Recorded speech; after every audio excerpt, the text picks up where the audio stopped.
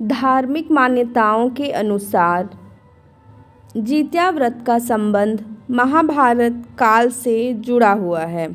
पौराणिक कथा के अनुसार जब युद्ध में अश्वत्थामा के पिता की मृत्यु हो गई तो वह बहुत क्रोधित हो गया। पिता की मृत्यु का बदला लेने के लिए वह पांडवों के शिविर गया और उसने वहां जाकर 5 निर्दोष लोगों की हत्या कर दी। उसे लगा कि वह 5 लोग पांडव थे, लेकिन उसकी इस गलतफहमी की वजह से पांडव जिंदा बच गए। जब पांडव अश्वत्थामा के सामने आए तो उसे पता चला कि उसने पांडवों की जगह द्रौपदी के 5 पुत्रों की हत्या कर दी है। अर्जुन को जब इस बात का पता चला तो वह बहुत क्रोधित हुए और उन्होंने अश्वत्थामा को बंदी बनाकर उससे दिव्य मणि छीन ली। इस बात का बदला लेने के लिए अश्वत्थामा ने अभिमन्यु की पत्नी उत्तरा के गर्भ में पल रही संतान को मारने की योजना बनाई।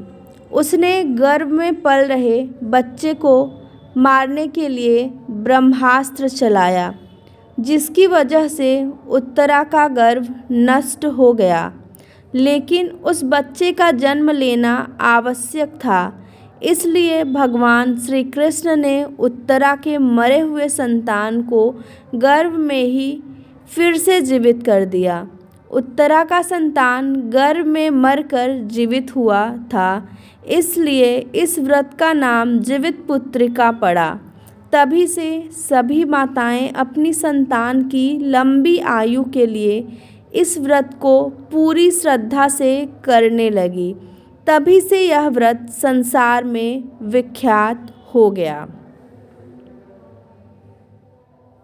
जीवित पुत्रिका की दूसरी कथा हम सुनेंगे। पौराणिक कथा के अनुसार एक बार एक गरुड़ और एक मादा लोमड़ी नर्मदा नदी के पास एक हिमालय के जंगल में रहते थे।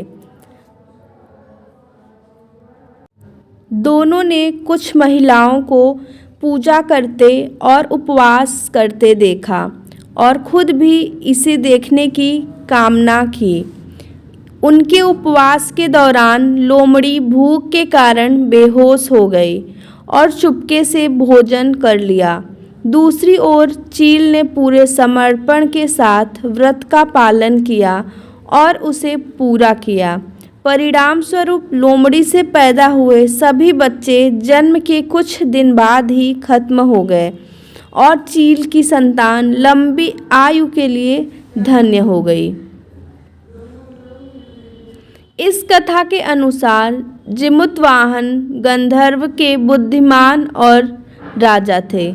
जिमुतवाहन शासक बनने से संतुष्ट नहीं थे और परिणाम स्वरूप उन्होंने अपने भाइयों को अपने राज्य की सभी जिम्मेदारियां दी और अपने पिता की सेवा के लिए जंगल में चले गए। एक दिन जंगल में भटकते हुए उन्हें एक बुढ़िया विलाप करती हुई मिलती है। उन्होंने बुढ़िया से रोने का कारण पूछा।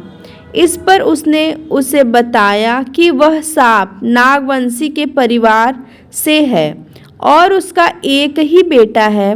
एक शपथ के रूप में हर दिन एक सांप पंक्षीराज गरुड़ को चढ़ाया जाता है और उस दिन उसके बेटे का नंबर था।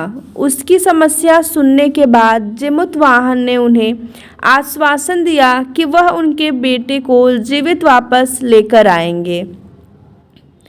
तब वह खुद गरुड़ का चारा बनने का विचार कर चट्टान पर लेट जाते हैं। तब गरुड़ आता है और अपनी अंगुलियों से लाल कपड़े से ढके हुए जिमुतवाहन को पकड़कर चट्टान पर चढ़ जाता है। उसे हैरानी होती है कि जिसे उसने पकड़ा है वह कोई प्रतिक्रिया क्यों नहीं दे रहा है। तब वह जिमुतवाहन से उनके बारे में पूछता है। तब गरुड़ जिमुतवाहन की वीरता और परोपकार से प्रसन्न होकर सांपों से कोई और बलिदान नहीं लेने का वादा करता है। मान्यता है कि तभी से ही संतान की लंबी उम्र और कल्याण के लिए जितिया व्रत मनाया जाता है।